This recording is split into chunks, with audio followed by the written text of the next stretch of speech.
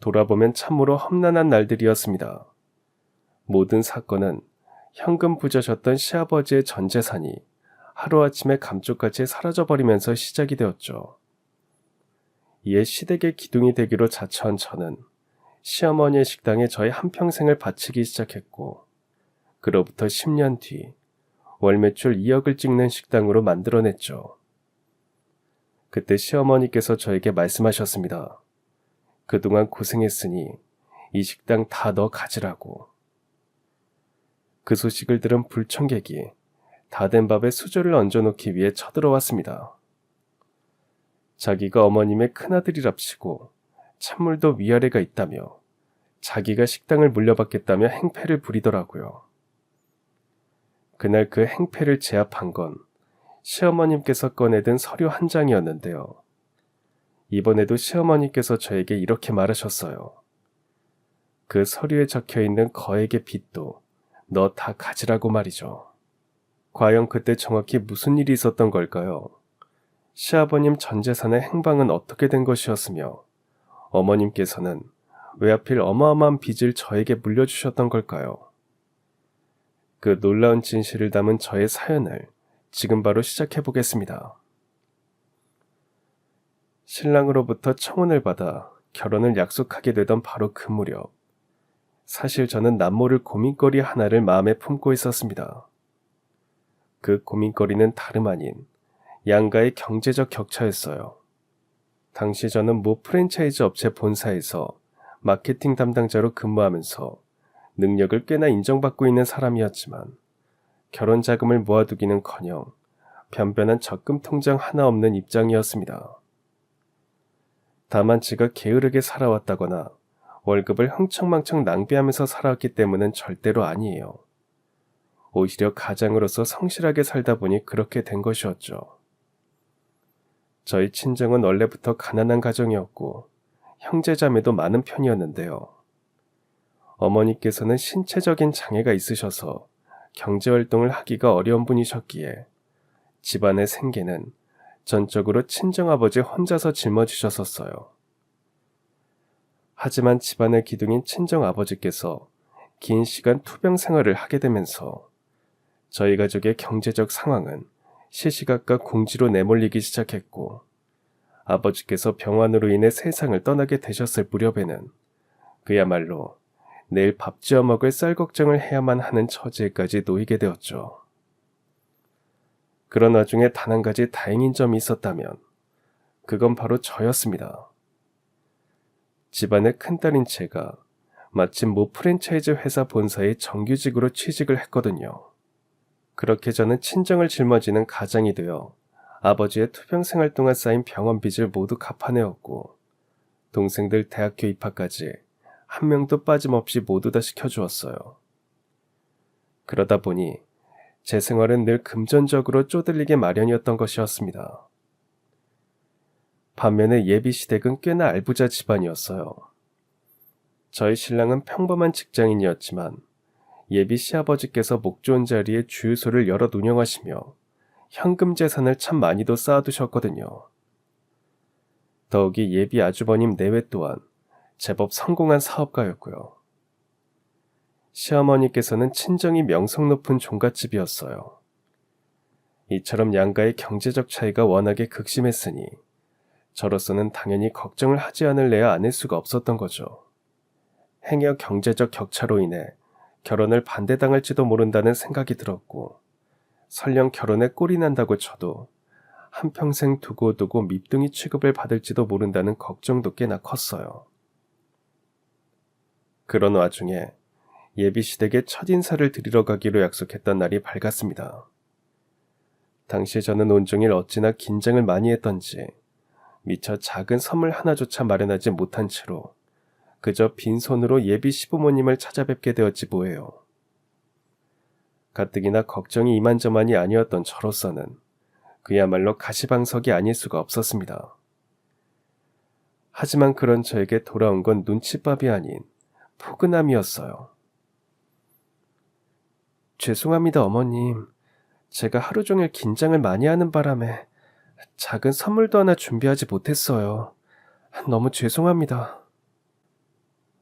아이고, 걱정도 참. 이렇게 크고 감사한 선물이 우리 집 거실에 떡하니 앉아있는데 그게 무슨 소리니? 우리 새아가가 얼마나 반짝이는 보석 같은 사람인지에 대해서는 우리 아들한테 귀에 딱지가 않을 정도로 많이 들었어. 아들 녀석 얘기를 듣자 하니 우리 집안에는 아주 과분한 며느리감이라는 생각도 들었고, 친정이 경제적으로 어렵다는 것도 잘 알겠고, 가장 노릇을 하느라 고생 많았다는 것도 잘 알겠지만, 그럼에도 우리는 새아가를 진심으로 환영한단다.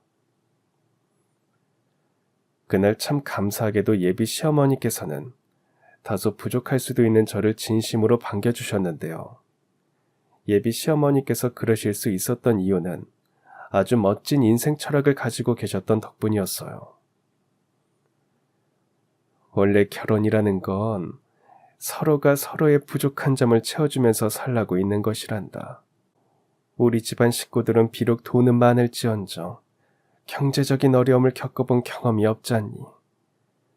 반면에 우리 새아가는 경제적인 어려움을 극복해낸 경험이 있을 뿐더러 심지어 그 와중에 가족까지 멋지게 건사해낸 경험까지 있고, 우리 새아가에게 부족한 경제적인 부분은 우리 아들이랑 시부모들이 채워줄 테니까 만약 우리 집안에 큰 위기가 닥쳐오게 되면 그때 새아가가 그동안 쌓은 경험으로 우리 식구들을 든든하게 잘 지켜주려무나. 이 시애미가 우리 새아가한테 바라는 건 딱 그거 하나뿐이야. 그런 예비 시어머니의 말씀을 들으며 저는 쥐구멍이라도 있으면 찾아서 숨어버리고 싶은 심정이었습니다. 조목조목 모두가 다 옳은 말씀이었으니까요. 생각해보면 그래요. 결혼, 그리고 부부 생활의 참된 의미는 서로가 서로의 부족한 부분을 채워줘 가면서 한데 어우러져 지내는 것일 테니까요.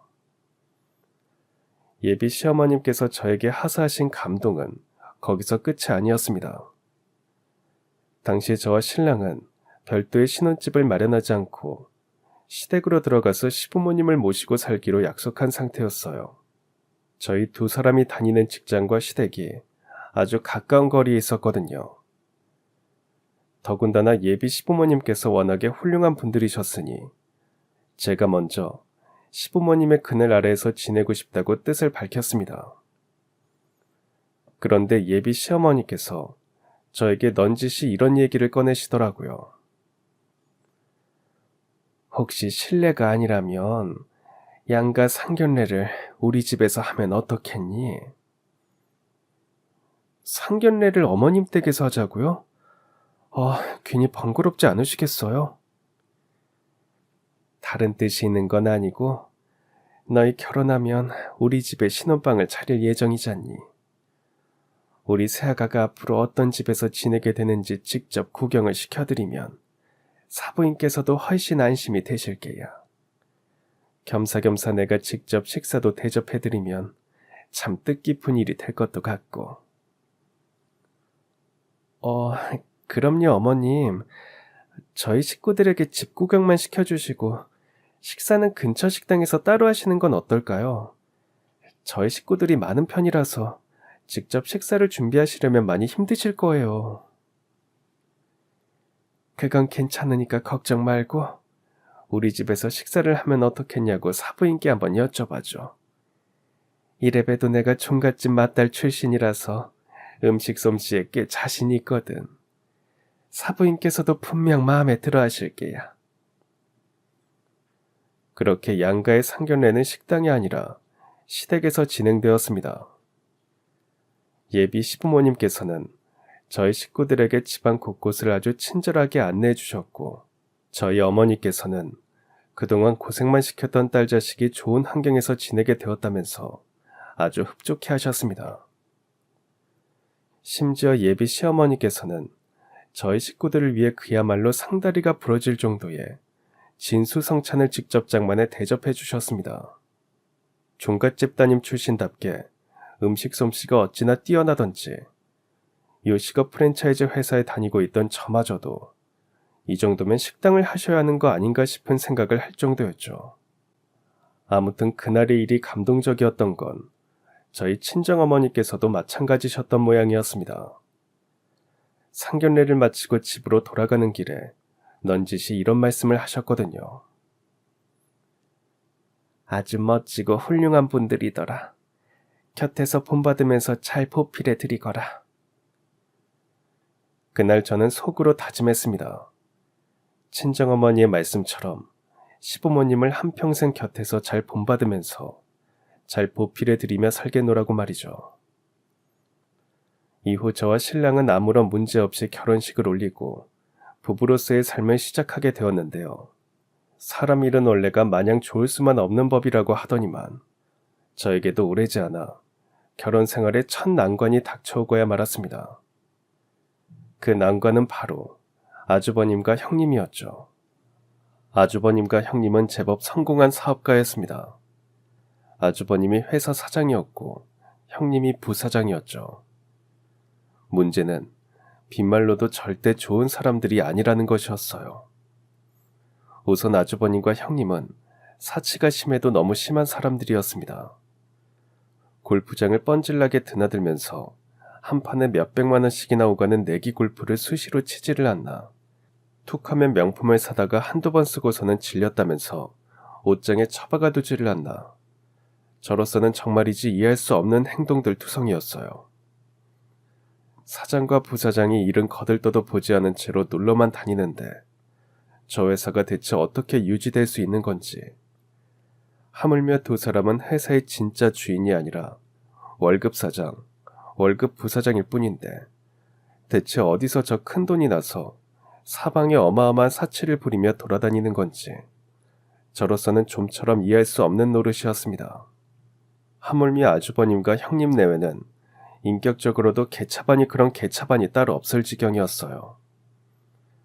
회사 직원들에게 폭언과 폭설을 퍼붓기를 일삼았다가 모욕죄와 갑질로 경찰 조사를 받게 되는가 하면 심지어는 같은 집안 식구인 저에게마저 인성 쓰레기 짓을 해댔거든요.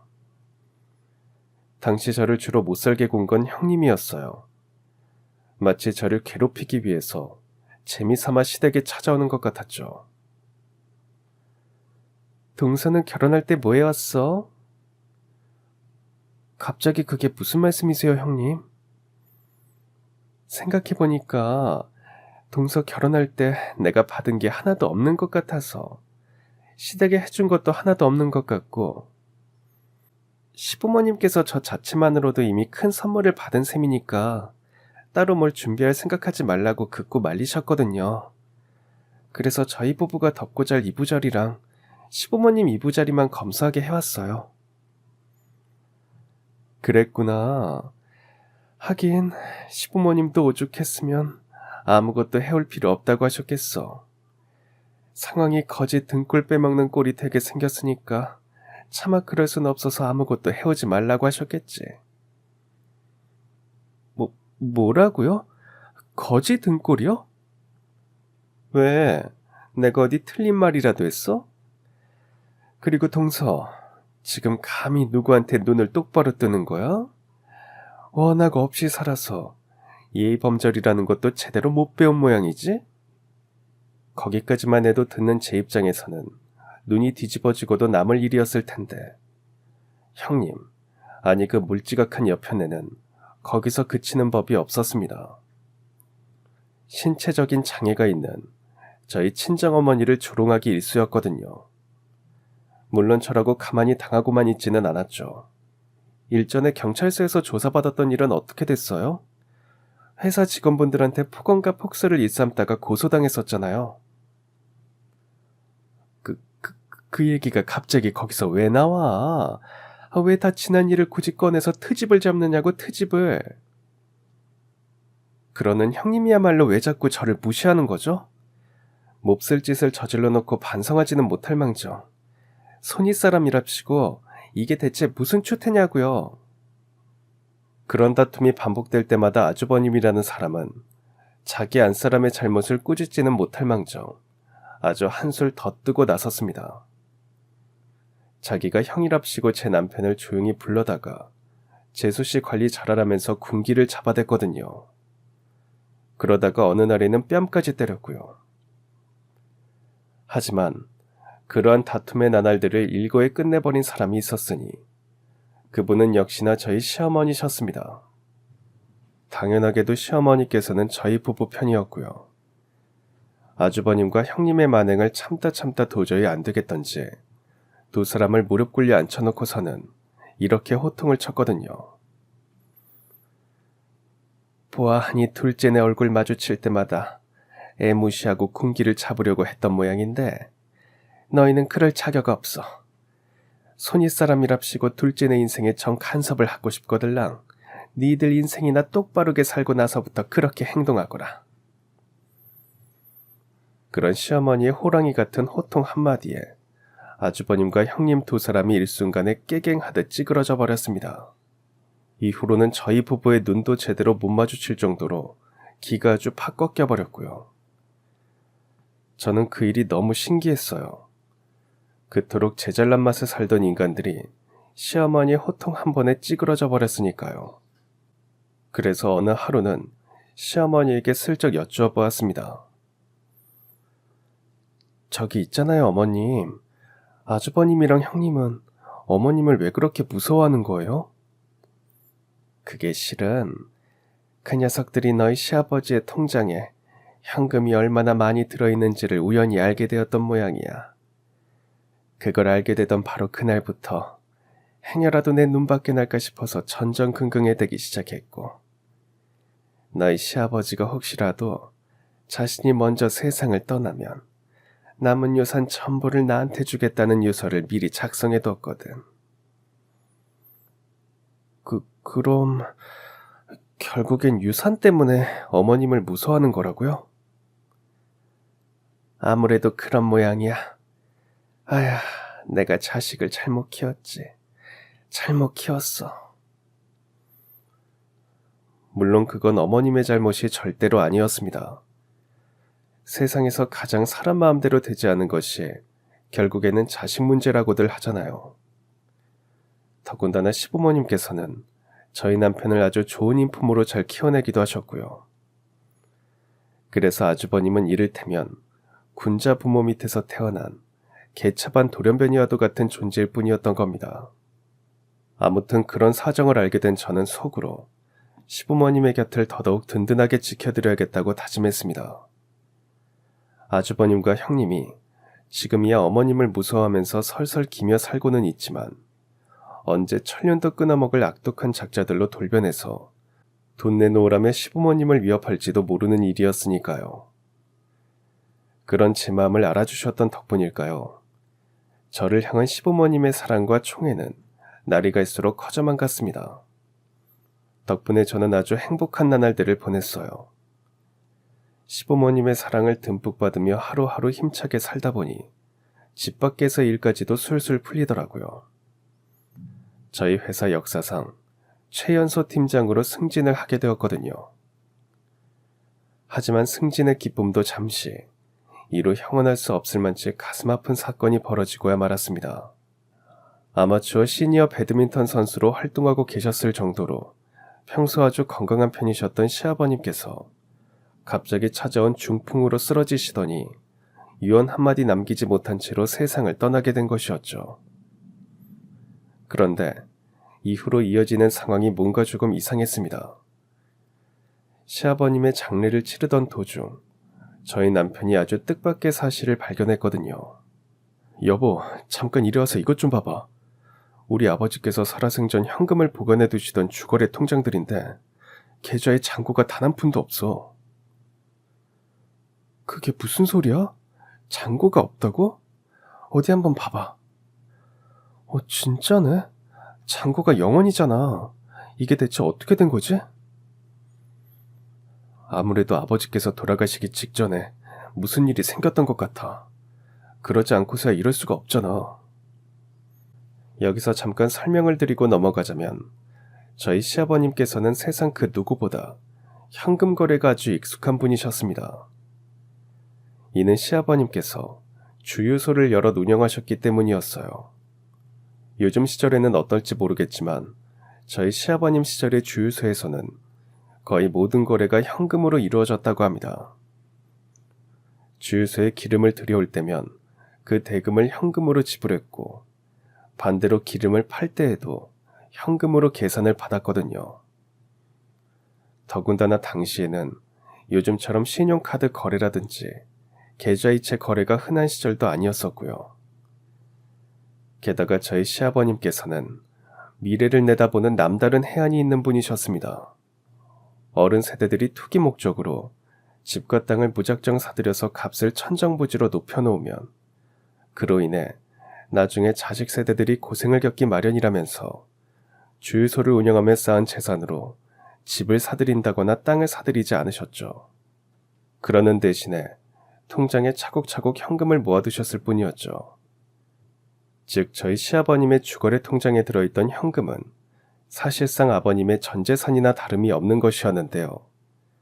그러한 전재산이 통째로 행방불명이 되었으니 정말 이제 귀신이 고칼 노릇이 아닐 수가 없었던 겁니다.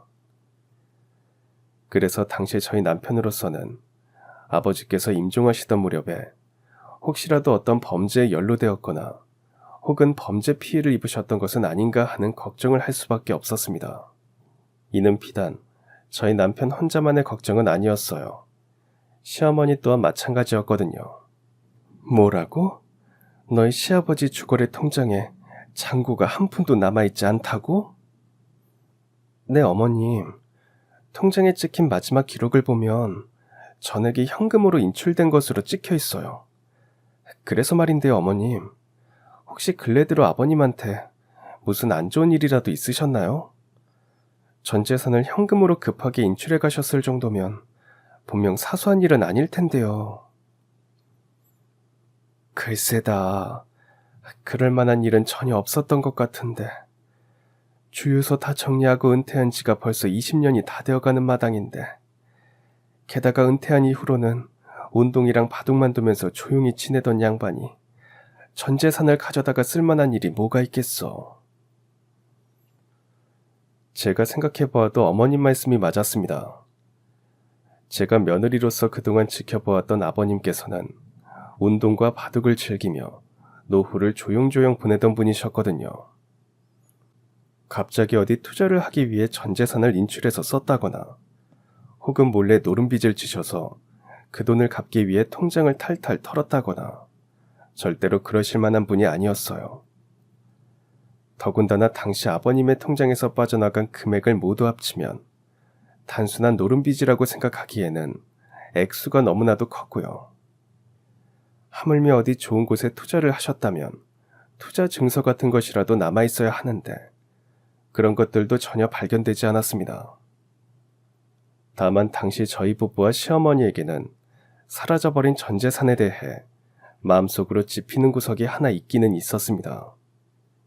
그건 바로 상주로서 빈소를 지키고 있던 아주버님과 형님이었죠. 하지만 그들이 제 아무리 인격적으로 하자가 있는 사람들이며 유산 때문에 시어머니한테 굽실거리면서 살아왔다고 한들 어쨌거나 그들도 상주였습니다.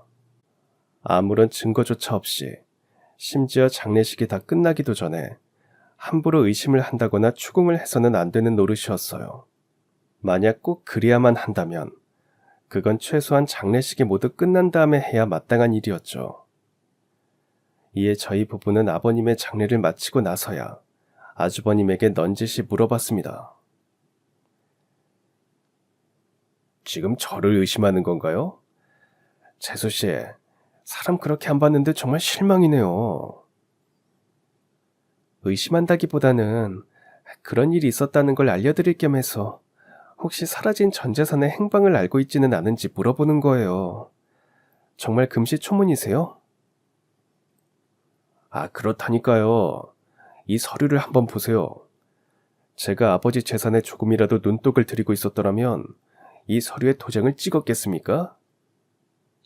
그날 아주버님이 저희 부부에게 보여준 서류는 장차 시아버님의 유산을 한 푼도 상속받지 않고 모두 포기하겠다는 내용의 서류였어요. 서류가 작성된 날짜는 아버님의 계좌에서 전 재산이 출금되기 이전 시점이었고요. 또한 아주버님께서는 자신이 그 서류에 도장을 찍게 된 경위에 대해서 이렇게 설명했습니다. 일전에 저랑 안 사람이 경찰 조사를 받았던 일 기억하시죠? 당연히 기억하죠. 퇴사한 직원이 사장이랑 부사장한테 모욕이랑 갑질을 숱하게 당했다고 고소해서 재판까지 갈 뻔했잖아요. 근데 그 얘기가 여기서 갑자기 왜 나오는 건가요? 그때 재판까지 안 가도록 막아주시고 언론에도 기사가 안 나가도록 막아주신 분이 아버지셨거든요. 아버지께서 사건을 막아주는 조건으로 자신의 유산을 상속받지 않는다는 내용의 서류를 준비해 오셔서 저도 어쩔 수 없이 도장을 찍었던 거고요. 그때 그 사건을 아버님께서 저희랑 어머님 몰래 막아주셨다고요? 네, 집안 망신이라면서 재수 씨네랑 엄마한테도 일절 얘기하지 말라고 하셨고, 자식 잘못 키운 죗값을 스스로 치르시겠다면서 저희를 고소한 직원이랑 그 가족들 앞에 무릎 꿇고 사과하며 고소를 취하게 만들어주셨어요. 저는 그 대가로 아버지에게 상속 포기 서류를 해드렸고요. 설마니 상속 포기 서류까지 직접 써드렸던 제가 아버님의 재산에 계속 눈독을 들였겠냐고요. 그래봤자 상속받을 수 없는 게 뻔한데 그걸 자랑이라고 떠드는 건지. 아무튼 아주버님의 주장은 나름 일리가 있기는 있었습니다. 아주버님과 형님은 회사의 주인이 아니라 월급 사장과 부사장이었기에 사건이 커져서 언론에 기사라도 잘못 나가면 사장과 부사장 자리에서 쫓겨날 위험이 엄청 컸을 테니까요. 자기 잘난 맛에 세상을 살아가던 아주버님과 형님 입장에서는 유산 상속을 포기하더라도 사장, 부사장 자리를 지키고 싶었을 수도 있고요. 그런 와중에 경찰서에서 연락이 왔습니다. 사실 저희 부부와 시어머니는 장례가 마치기 무섭게 경찰서에 신고를 했었어요. 증발해버린 전 재산에 대해 수사를 해달라고 말이죠. 그런데 돌아온 결과는 너무나도 막막한 것이었습니다. 은행 CCTV 확인 결과 고인께서 직접 은행에 방문하셔서 주거래 통장에 예치되어 있던 전액을 현금으로 인출해 가셨던 사실이 확인되었습니다. 다만 이후의 추적은 사실상 불가능합니다. 현금이라서 자금의 행방을 찾을 수가 없거든요. 그렇다면 과연 그 큰 금액이 대체 어디로 감쪽같이 사라져버렸다는 것인지 정말이지 귀신이 곡할 노릇이었습니다. 그런 와중에 아주 지극히 현실적인 문제 또한 저희에게 닥쳐왔습니다. 다름 아닌 시어머니의 생계 문제였죠. 감쪽같이 사라져버린 시아버님의 전 재산은 시어머니의 노후자금이나 마찬가지였기 때문이었습니다. 비록 저와 남편이 계속해서 직장 생활을 이어가고는 있었지만 남편 쪽 사정은 썩 좋지가 않았어요. 원래 다니던 회사가 다른 곳과 인수합병을 하게 되는 바람에 고용보장을 받지 못한 남편은 새 회사로 이직을 한 지가 얼마 되지 않은 참이었는데요. 그나마 이직한 새 회사도 사정이 어렵기는 마찬가지여서 얼마나 오래 다닐 수 있을지가 불확실했거든요. 하물며 어머님은 아버님께서 남긴 유일한 재산인 집을 상속받게 되었는데요. 상속세가 적지 않게 나오더라고요. 집을 팔아서 작은 집으로 옮겨서 저희 세 식구가 오순도순 살면서 그 차액으로 상속세를 처리하면 될 일이었지만 그나마도 쉽지 않은 일이었습니다. 집이 언제 팔릴지 정확한 기약도 없는 마당에 상속세는 정해진 날까지 현금으로 납부해야만 했거든요. 이에 어머니께서는 친정 식구들에게 도움을 청하려고 했지만 부득이 그럴 수가 없는 상황이었습니다. 옛 시절 같았으면 종갓집 친정에서 충분히 도움을 주실 수가 있었겠지만 그런 시절은 이미 옛날 이야기가 되어버렸기 때문이었습니다. 시대의 변화에 따라서 종갓집의 재산이 종손의 손을 떠나 종친의 공동재산으로 이전된 지가 벌써 한참 된 이야기였거든요. 만약 그대로 상속세를 막지 못한다면 유일한 유산인 집이 경매로 넘어가 버릴지도 모르는 상황. 결국 어머님께서는 자존심까지 구겨가면서 마지막 지푸라기라도 잡는 심정으로 큰아들인 아주버님 내외에게 일단 급한 상속세만 막아달라고 부탁을 할 수밖에는 없었는데요.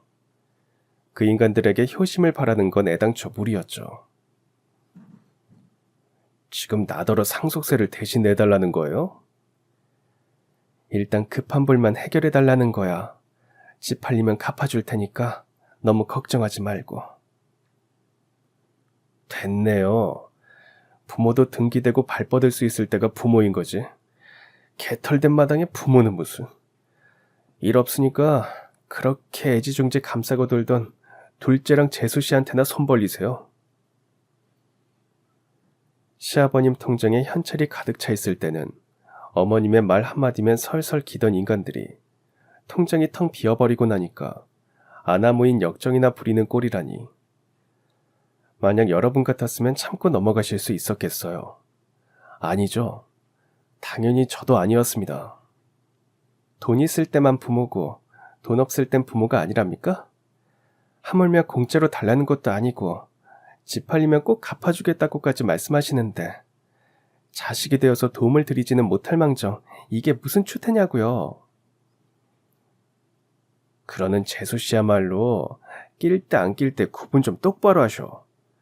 며느리면 며느리답게 조용히 입이나 닫고 있을 것이지 어디서 큰 소리야?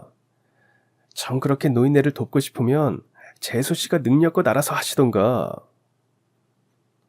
네, 제가 책임질 겁니다. 제가 책임지고 다 해결할 테니까 앞으로 어디 가서 우리 어머님 아들이라는 소리는 입 밖으로 꺼내지도 마세요. 물론 저라고 아무런 대책 없이 무작정 들이받은 건 절대로 아니었습니다. 어머님을 위해서 제가 해드릴 수 있는 일이 딱 하나 있었거든요. 아무리 생각을 해봐도 이것밖엔 방법이 없을 것 같아요, 어머님. 일단 제 퇴직금으로 급한 상속세부터 납부하는 거예요. 상속세를 못 내서 집이 경매로 넘어가는 일은 막아야 하니까요. 그런 다음에 당분간은 남편 월급으로 버티다가 집이 팔리면 그 돈으로 어머님이랑 저랑 식당을 시작해보면 될 것 같아요. 꼭 그래야만 한다면 너 말고 차라리 우리 아들 퇴직금으로 상속세를 일단 메꾸면 어떻겠니? 이 시애미 때문에 며느리가 열심히 다니던 직장을 그만두게 하는 건 내가 원하지 않아. 아범이 새 회사로 이직한 지 아직 6개월밖에 안 됐잖아요. 퇴직금을 받으려면 1년은 다녀야 하고요. 그래도 한편으로는 다행이라는 생각이 들어요. 왜냐면 저는 비슷한 일을 숱하게 겪으면서 지금까지 살아왔으니까요. 제가 이렇게까지 말씀드렸음에도 불구하고 시어머니께서는 좀처럼 받아들이지 않으셨습니다. 아무리 그래도 부모가 되어가지고서 자식 며느리에게 민폐를 끼치는 건 아닌 것 같구나. 그러니 너희는 이쯤에서 분가해 나가서 살도록 하거라. 나머지 뒷일은 이 시애미가 어떻게 해서든 해결해 볼 테니. 그런 어머님의 마음을 돌려놓은 건 제가 남편과 결혼을 약속했던 무렵 시어머니께서 가르쳐 주셨던 바로 그 교훈의 한마디였습니다. 어머니께서 저한테 가르쳐 주셨잖아요. 원래 결혼이라는 건 부부가 서로의 부족한 부분을 채워가면서 살아가는 것에 참된 의미가 있다고 말이죠. 그리고 그날 어머님이랑 저랑 이런 약속도 했었어요. 만약 시댁에 경제적 위기가 찾아온다면 제가 그동안 친정의 가장으로 살아왔던 경험을 바탕으로 도움을 드리기로. 저는 지금 그날의 약속을 지키려는 것뿐입니다. 동시에 어머님으로부터 가르침받은 결혼의 참된 의미를 실천하려는 것뿐이고요. 그날 어머니께서는 처음으로 제 앞에서 눈물을 보이셨습니다. 제 손을 꼭 잡고서는 밤새 말씀하셨죠. 너무 고맙고 너무 미안하다고. 그래도 우리 새아가처럼 든든한 며느리가 있어서 아주 든든하다고. 이로써 시댁의 기둥으로 거듭난 저는 빠르게 일처리를 하기 시작했습니다. 우선 회사에 사표를 내면서 지급받은 퇴직금으로 급한 상속세를 납부했고요. 그러는 한편으로 남편에게 아주 신신당부를 했어요. 당신네 회사 사정이 어려운 건 알지만 당분간 우리 생활비는 당신 월급밖에 없으니 어떻게 해서든 회사를 꼭 붙들고 있어달라고 말이죠. 그러자 남편은 참 고맙게도 회사에서 억척스럽게 버텨주기 시작했고, 저는 그런 남편의 월급으로 급한 생활비를 해결하는 동시에 전직 프랜차이즈 본사 마케팅 팀장의 솜씨를 10분 발휘해 장차 어머님과 함께 꾸려나갈 식당 구상을 해나가기 시작했습니다. 그로부터 얼마 뒤 마치 기적처럼 집이 팔렸어요. 이에 저는 주택매매 대금으로 일전에 미리 받아왔던 자리에 식당을 오픈하기 위해 임대 계약을 체결했고, 남은 매매 대금으로는 작고 낡은 빌라 하나를 월세로 계약했습니다. 비록 좁고 낡았지만 저희 부부와 시어머니 이렇게 세 식구가 지내기에는 최소한 부족하지는 않았어요.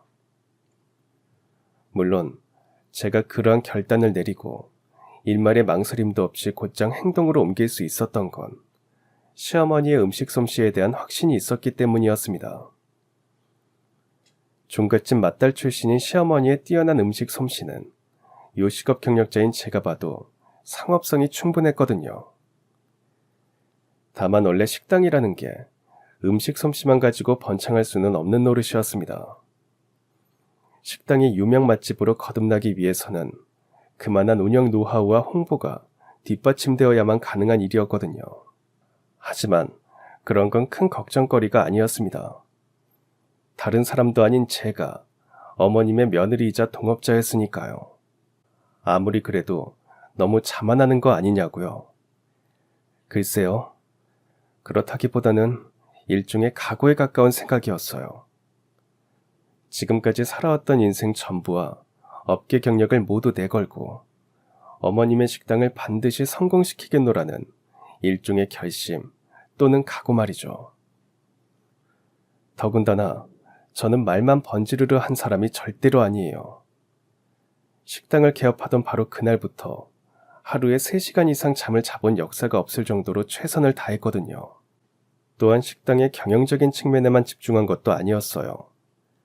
며느리로서 어머님의 음식 비법을 직접 전수받는 동시에 어머님과 함께 메뉴 개선과 개발에 최선을 다했거든요. 그런 저와 시어머니 모두의 노력 덕분에 저희 식당은 몇 년에 거쳐서 조금씩 기세를 타기 시작했고, 개업한 지 딱 10년이 되던 바로 그 달에 월 매출 2억 달성이라는 쾌거를 거둘 수가 있었습니다. 월 매출 2억이라는 정산표를 확인하며 저는 남몰래 감동의 눈물을 흘렸습니다. 지난 10년 동안 이루 말로 다 표현할 수도 없을 만치 참으로 많은 우여곡절을 다 겪었으니 당연히 눈물이 펑펑 쏟아지고도 남을 일이었죠. 그런데 똑같은 월 매출 2억짜리 정산표를 확인한 시어머니께서는 뜻밖에도 아주 침착하시더라고요. 그러는 한편으로 저에게 이런 말씀을 하셨습니다. 오늘따라 유독 허기가 지는구나. 내가 기운이 딸려서 그러는데 얼른 주방으로 가서 밥을 좀 차려오지 않으련? 다른 거 다 필요 없고 그저 밥 한 공기에 밑반찬으로 나물 몇 가지만 얼른 무쳐오면 돼. 이에 저는 별 생각 없이 나물들을 얼른 무쳐서 어머님께 가져다 드렸는데요. 어머니께서는 밥 한 수저에 나물 한 가지씩 얹어서 간단하게 맛만 보시더니만 이내 고개를 끄덕이며 수저를 내려놓으며 이렇게 말씀하셨습니다. 이만하면 더 가르칠 것도 없겠어. 음식 맛으로만 치자면 오히려 나보다 훨씬 나은걸. 그게 무슨 말씀이세요, 어머니? 시장하셨던 거 아니에요? 우리 며느리 음식 솜씨가 얼마나 늘었는지 확인하고 싶어서 시장하다는 핑계를 댔을 뿐이야. 자고로 우리나라 음식은 밑반찬이 기본인 것을. 급하게 무쳐온 나물 무침 맛이 이 정도면 나머지는 더 볼 것도 없어. 이제 이 식당에는 내가 없어도 되겠구나. 설마 벌써 은퇴하시려고요? 은퇴라기보다는 물려주려는 것이야. 이 식당 우리 며느리가 다 가지거라. 난 이제 슬슬 쉴 때가 되었어. 솔직히 저로서는 너무 당황스러운 일이었습니다. 그동안 저는 가문의 기둥으로서 가문을 위해 최선을 다해 일해왔을 뿐 엄연히 식당의 주인은 어머님이라고 생각하고 있었거든요. 이에 저는 처음에는 식당을 물려받지 않으려고 했었는데요. 이 못난 며느리는 그제서야 깨달았습니다. 지난 10년 동안 시어머님의 머리카락이 새하얀 백발이 되었다는 것을 말이죠. 그래서 저는 하는 수 없이 월 매출 2억씩이나 나오는 식당을 염치불구하고 물려받기로 결심했습니다. 어머니께서 이제는 쉬실 때가 되었다는 것을 깨달았으니까요. 은퇴할 때가 되신 부모를 계속 일하게 만드는 건 자식으로서의 도리가 아닐 테니까요. 그렇게 식당을 물려받은 저는 한동안 손님들께서 식사하시는 테이블을 직접 찾아뵙고 서비스 음식을 내어드리며 제가 어머님의 후계자로서 식당 경영과 주방 업무 모두를 직접 총괄하게 되었다며 인사를 드렸어요. 만약 음식 맛이 이전과 조금이라도 달라졌다고 느끼신다면 새 안주인이 된 저를 호되게 꾸짖어달라는 부탁의 말씀도 함께 드렸고요. 하지만 참 다행스럽게도 음식 맛이 변했다는 꾸지람은 일절 없었고 오히려 효부라는 칭찬과 음식 맛이 더 좋아졌다는 칭찬만 줄줄이 이어졌는데요. 그로부터 며칠 뒤 지난 10년 동안 코빼기도 비추지 않던 불청객이 들이닥쳤습니다. 제가 시어머니로부터 월 매출 2억을 찍는 식당을 완전히 물려받았다는 소식을 듣고 들이닥친 불청객은 다름 아닌 아주버님이라는 인간이었죠. 그 인간은 저희 어머님을 향해 다짜고짜 이렇게 외쳤어요. 이거 진짜 너무하는 거 아니에요? 찬물도 위아래가 있지. 어떻게 첫째도 아닌 둘째한테 식당을 통으로 넘겨주냐고요? 당연하게도 어머님의 반응은 냉담했습니다. 힘들고 어려울 땐 그렇게 매몰차게 외면해놓고 이제 와서 뭐가 어쩌고 어째? 너도 사람이면 최소한 부끄러운 줄 알아야지. 그러는 엄마의 말로 이러는 건 아니죠. 솔직히 엄마가 나한테 해준 게 뭐가 있다고 그러냐고요. 그 말에 울컥한 제가 아주 큰 목소리로 나섰습니다. 듣자 하니 매번 말을 못같이 하는 재주가 있네요. 어머님께서 해주신 게 없다고요? 그럼 아주버님은 대체 누구 덕분에 태어날 수 있었던 건데요? 누구 덕분에 잘 배우고 좋은 대학까지 나와서 그만큼 먹고 살 수 있게 되었느냐고요? 재수 씨는 제발 우리 집안일에 끼어들지 좀 말아요. 그리고 나 우리 아버지 재산 덕분에 잘 배우고 좋은 대학 나올 수 있었어요. 엄마가 아니라 아버지가 벌어서 가져다 준 돈으로 컸다고. 바로 그때였습니다. 어머님께서 허허 웃으시면서 이렇게 말씀하시더라고요.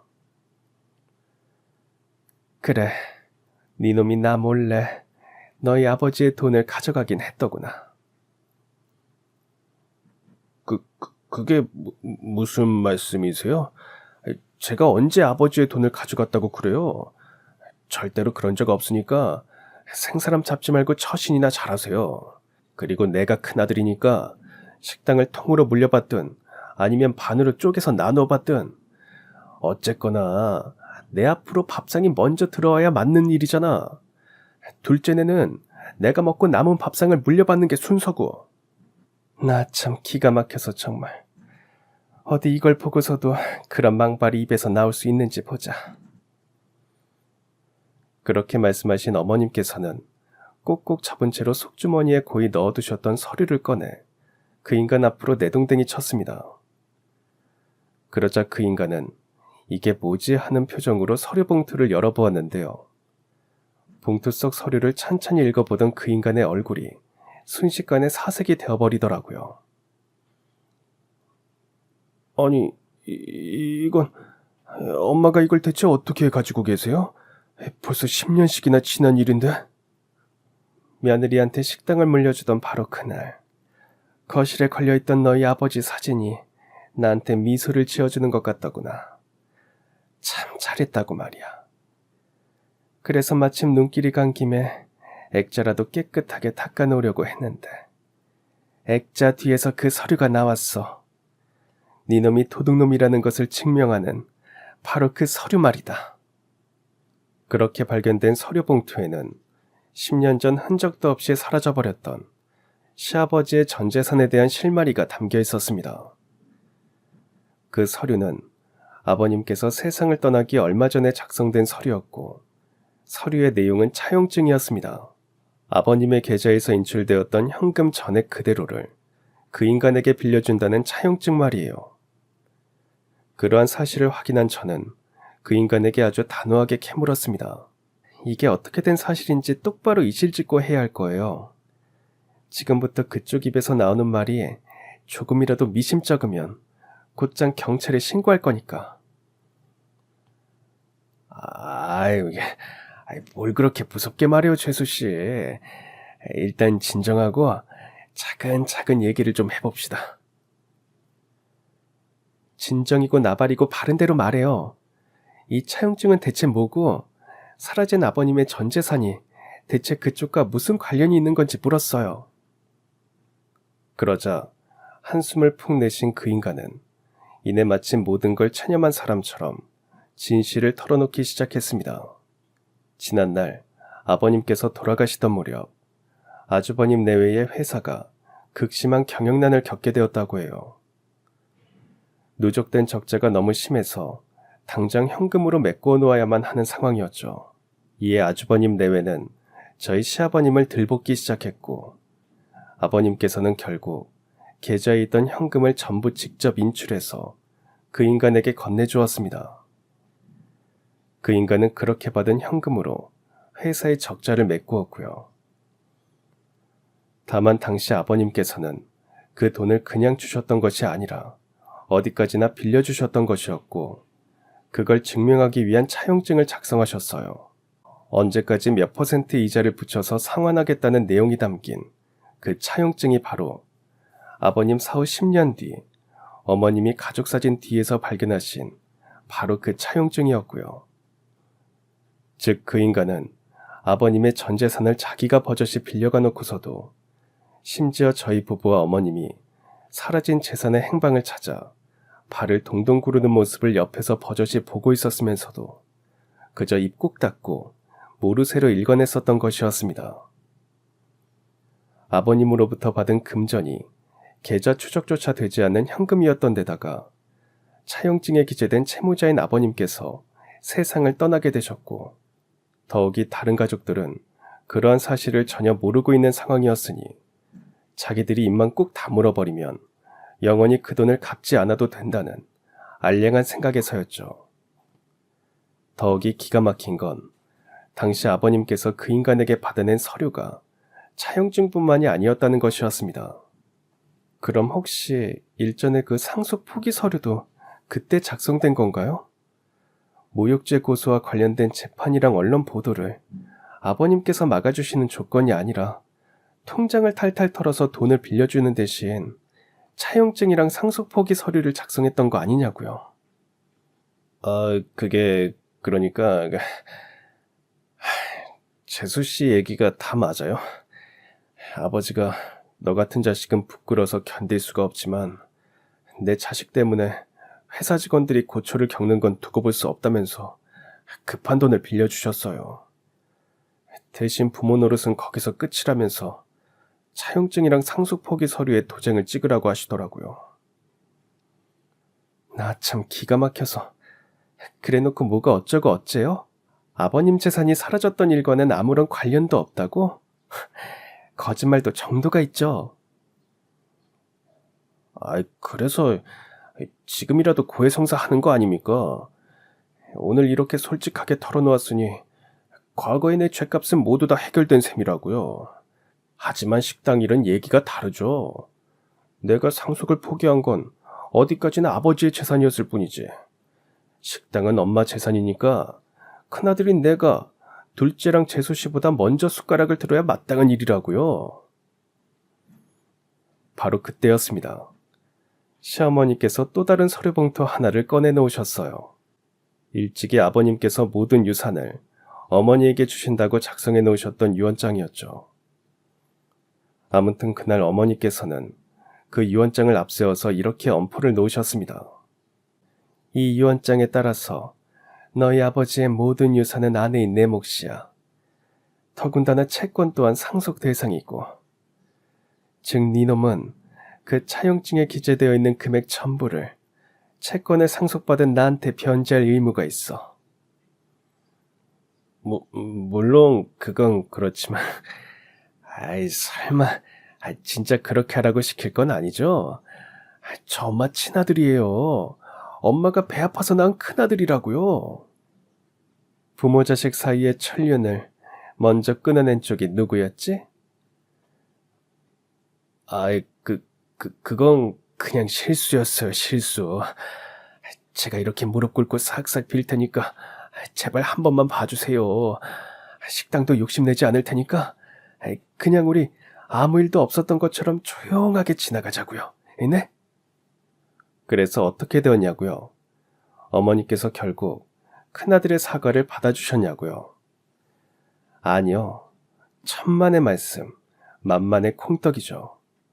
어머님께서는 그 인간의 면전에 대고 콧방귀를 팍 끼셨고 그러기가 무섭게 저를 향해 이렇게 외쳤어요.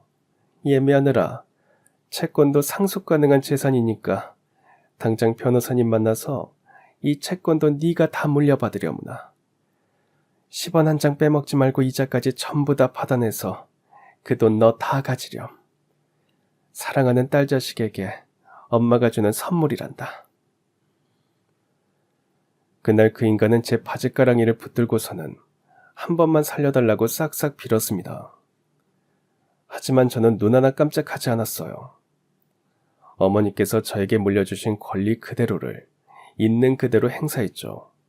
정말 10원 한 장 빠짐없이 이자까지 모두 되돌려 받았거든요. 그러는 바람에 그 인간과 안사람의 인생은 파국을 맞이하게 되었습니다. 원래부터도 월급 사장, 월급 부사장이라서 사유재산이 많지 않은 입장이었던 데다가 저에게 갚아야만 하는 금액이 워낙에 어마어마했거든요. 결국 그들이 선택한 건 회사 돈을 빼돌려서 갚은 것이었지만 그건 절대로 해서는 안 되는 선택이었죠. 횡령 사실이 발각되어서 교도소 징역살이를 시작하게 되었으니까요. 이처럼 완벽한 승리를 거둔 저희 가족은 다시금 완전한 평화를 되찾았어요. 제가 물려받은 식당은 월 매출 3억을 넘어섰고요. 전액 되돌려받은 시아버님의 재산 덕분에 현금 부잣집이었던 원래의 경제적 지위도 모두 회복했죠. 더군다나 아들도 효자고 며느리도 효부이니 저희 시어머님의 노후는 이제 아무런 걱정도 없답니다. 그럼 지금까지 사연 들어주셔서 감사합니다. 사연이 재밌으셨다면 구독과 좋아요 부탁드려요. 감사합니다. 안녕히 계세요.